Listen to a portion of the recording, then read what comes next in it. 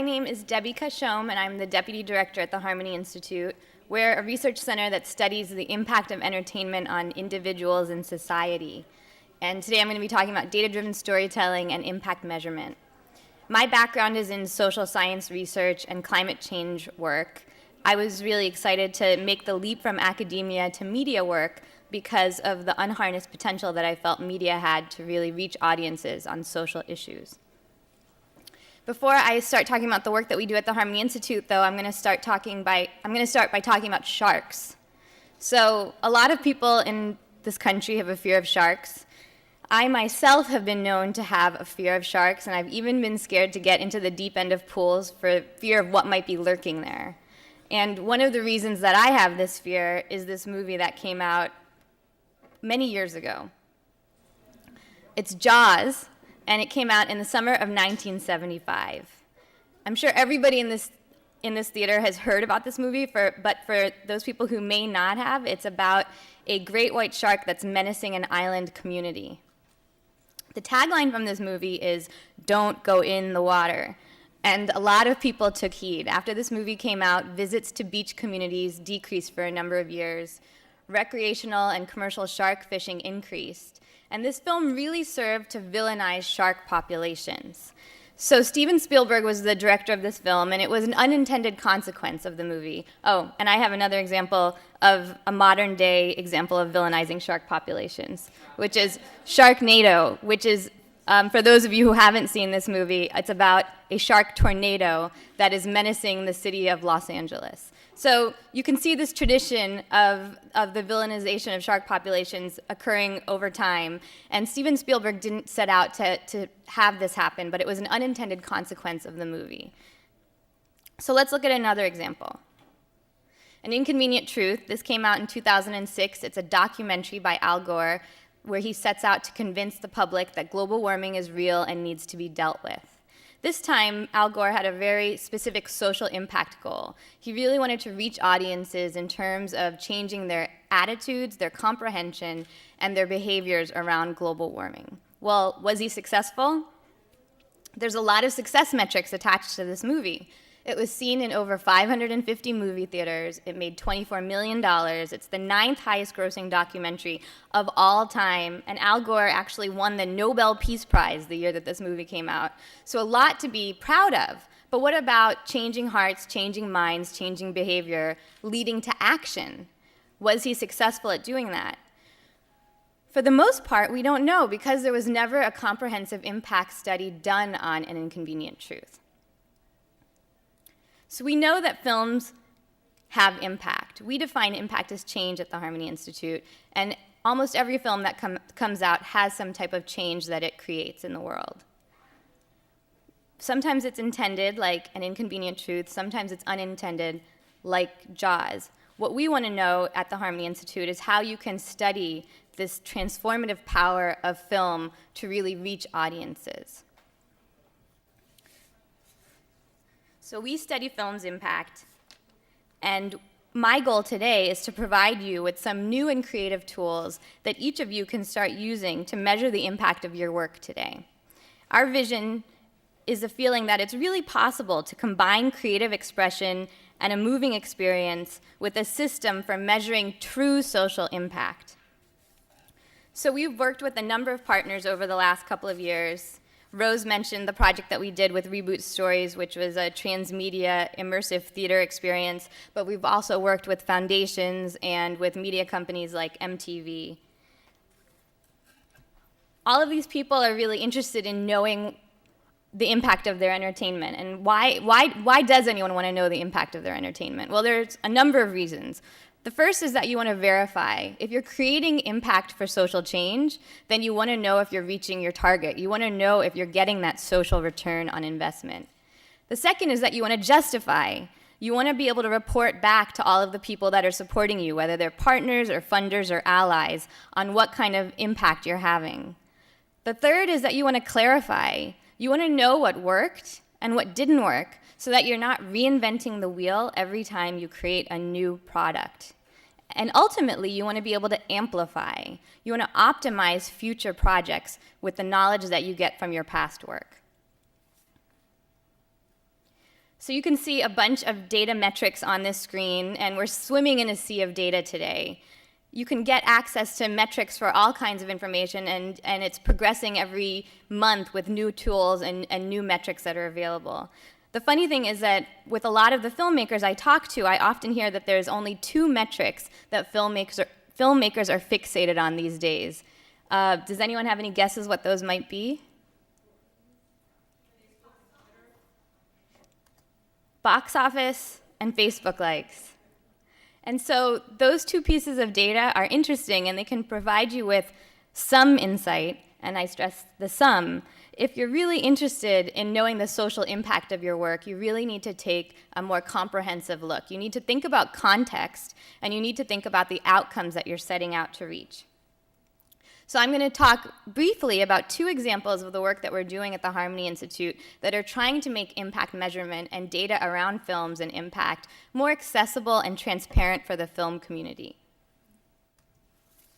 The first is the Impact Playbook, and I'm not sure if anyone in the audience has heard about this. It came out in April of this year, and you can download it for free on our website, so I encourage you guys to all go there and download it today. It's a best practices guide for filmmakers who want to measure the impact of their own work, and it's really a step-by-step process of how you can do that. This really came out of a lot of discussions that we were having with filmmakers where people were coming to us and saying, we love the work that you guys are doing and we think it's amazing, but we don't have the funds or the time of a large foundation or a corporation to bring you on to do the work that you do. So this was kind of a labor of love between us and our friends at BAVAC. It came out of the Producers Institute in 2012. Filmmakers often have work off of feelings and intuition, but broad ideas don't work with measurement. And so you want to think about how you can measure impact at the very early stages when you're at the conceptual stage of your project all the way down to your conclusion. So I'm going to show you an example of a project that we workshopped at BAVAC. It's a film called, so here are some of the questions that we go through in the Impact Playbook in terms of social change goals, audiences, metrics you can think about, and timeframes.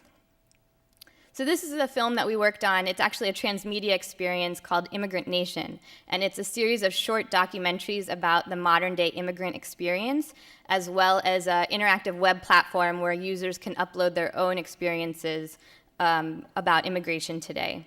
And so we worked with these filmmakers to really help them take some of these high-level intuitions that they had in terms of the impact that they wanted to see with their project. And again, let me emphasize, we worked with them at a very early stage back in the fall of 2012, and then convert that into something more concrete and measurable. So I know that this looks like a lot of information. We geek out at the Harmony Institute on matrices and frameworks and data visualization, so I'm going to zoom in on this so you can see some of what we did with Immigrant Nation. So they had these really broad goals in terms of how they wanted to reframe the conversation around immigration. We broke that down into 3 distinct impact goals. They wanted to remove hierarchical definitions of the American immigrant, they wanted to empower young immigrants to tell their stories, and they wanted to situate the immigration patterns within a longer historical narrative.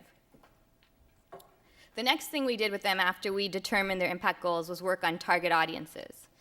So the first 2 are probably not that surprising, immigrant workers and young recent immigrants, but the third one is kind of surprising, right? Genealogy enthusiasts, why would you reach out to those guys? Well, this actually came out of the week-long workshop we did with them at the Producers Institute, where they realized that genealogy enthusiasts in a lot of ways, are also very interested in immigrant stories, immigrant data, and immigrant history. And so during the course of the week, the filmmakers ended up reaching out to a number of genealogy forums and finding that there was a lot of interest in the work that Immigrant Nation was doing. And so they folded this group into their target audience as a result of the user profiles that they did with us. So if you zoom down, you can see some of the impact metrics that we came up with. And this goes along from viewership to reception, capacity building, participation. We try to pull from a mix of quantitative and qualitative information to really get at the nuance of what this film was trying to achieve and bring some concrete evidence to that impact. So we often get a lot of questions from filmmakers in terms of how can they compare their film to other films that have come out on similar topics? How can they understand how the themes from their movie are really disseminating out into society? How can they use some of this data-driven strategy that we've talked about so they can incorporate it into their creative process and future projects that they're working on? So imagine this world where there was this central clearinghouse of data around films and their social impact that filled this void that we're living in. There was a New York Times article this week that talked about the analytics black hole that exists around the impacts of films, particularly documentaries. Imagine a world where you could compare and contrast the impact of different films, a world where you could survey the film landscape and see what worked and what didn't work about past films, and a place where you could have access to the large amounts of publicly available data that exist around film impact, but that actually, they're not easily accessible. So this world is coming to your computer very soon. The second project I want to talk about is the Harmony Institute's Impact Space, and we're going to be releasing our alpha prototype this fall. Impact Space is this interactive web platform that lets users measure and compare and contrast the impact of films. And this, again, came out of these conversations we were having with the filmmaking community, where people really wanted to know the impact of their film, but also where their film sat within the larger landscape of other films about social issues. So Impact Space really allows users to compare impact using the metrics that matter most to them, and it lets you see that ripple effect of a particular film and how it affected an issue.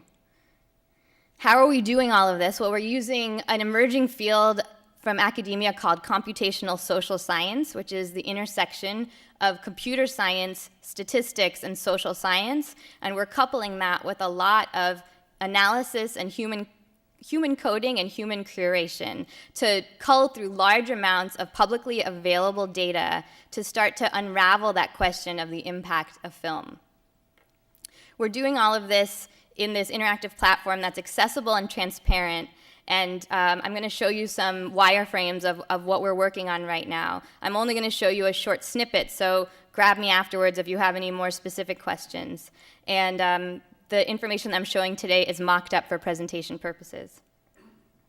We're using a space metaphor to talk about the impact of films, and so in this visual you can see that there's different solar systems. Each solar system has a number of planets in it, and those planets are the films that are about that social issue. So, for example, the healthcare solar system versus the climate change solar system. If you zoom in a little bit, you can actually see what one solar system is about. And in this case, we're looking at the healthcare films that have come out about healthcare. So we have everything from 2006 to 2013. Films that are closer to the center are more about a comprehensive approach to talking about the issue, whereas films that are more at the edge are about one person's experience or one part of the issue. So Sicko is a comprehensive look at healthcare in America, whereas Unknown White Male is one man's experience with amnesia and how he goes through the healthcare system dealing with that. One of the coolest parts of Impact Space, I think, are these sliders right up here. And so you can see that they're for viewership, press, social media, and box office. And these are on sliders, so everyone who's using Impact Space can decide how they measure impact and how they would customize looking at the impact of different films. So for Sicko, you can see that there's 4 bubbles for those 4 categories, and each film has a representative bubble. And then, of course, the size of the film is based on the representative impact of that film. You can also look at that conversation layer, and this really lets you see the ripple of discussion from a film as it ripples out after a movie's come out. So for this example of Forks Over Knives, a film about nutrition and healthcare, you can see how the critics responded to it, then how that critical reception moved on to the general public discussion in social media. Then the next stage is seeing what the press took away from the film, and ultimately you can see if it had any kind of movement at the congressional level. We have access to the full congressional records through a nonprofit that makes that information available. And so for the example of Forks Over Knives, it actually didn't do that well with critics. They didn't think it was the best film, but the general public they were bigger fans of the film. So what were they talking about when they were talking about this film in social media? idea? And then what did the press take away from it? The press really focused in a lot on this partnership that Forks Over Knives had with Whole Foods and these screenings that they did around the country over the course of the year after the movie came out. Did this film ride a zeitgeist of conversation that came before it, or did it create its own conversation? There's a lot of discussion about processed foods before the movie came out, but did that continue afterwards? It doesn't look like there was as much of a conversation.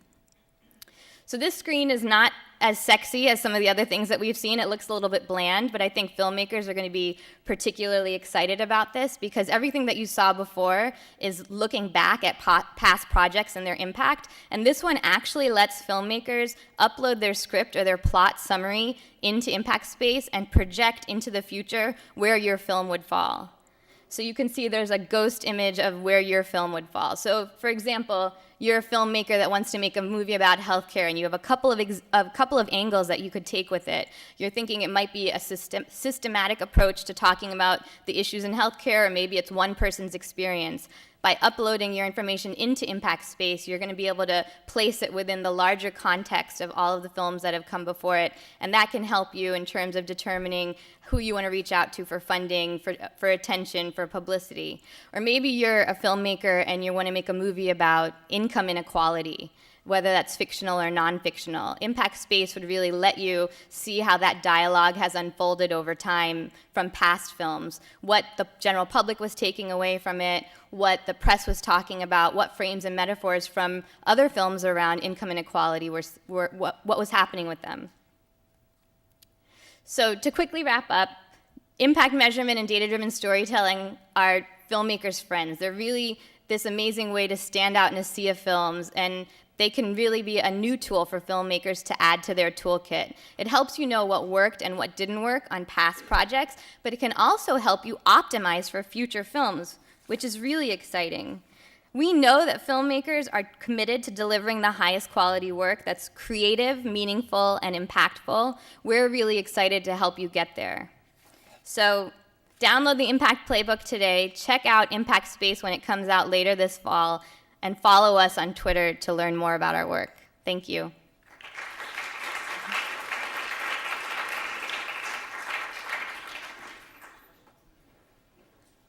Hi. Question? Yeah. Okay. Question. So for the social scientists in the audience who are just fascinated by data and also love filmmaking, what do you recommend that we do to follow the work your company does? If you go to our website, we make almost all of the studies that we've done public, and so you can learn about all of our past research. We have a lot of white papers that talk about some of our methods and processes.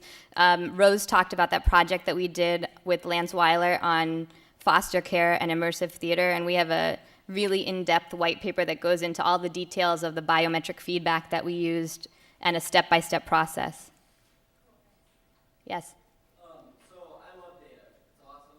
I love quantitative studies. So I totally get your point about using data during the distribution side to study the impact of your film. I think it's awesome. I'm sort of skeptical, though, about the potential use of this data on the development side when investors look at data, because really high impact is synonymous with popularity. So I'm sort of concerned that wonder, so if I'm a private equity investor, I'm going to invest in a very popular high impact field, which is basically what Hollywood does with a lot of this. So I'm curious about how you reconcile both the potential benefits and sort of downfall of this.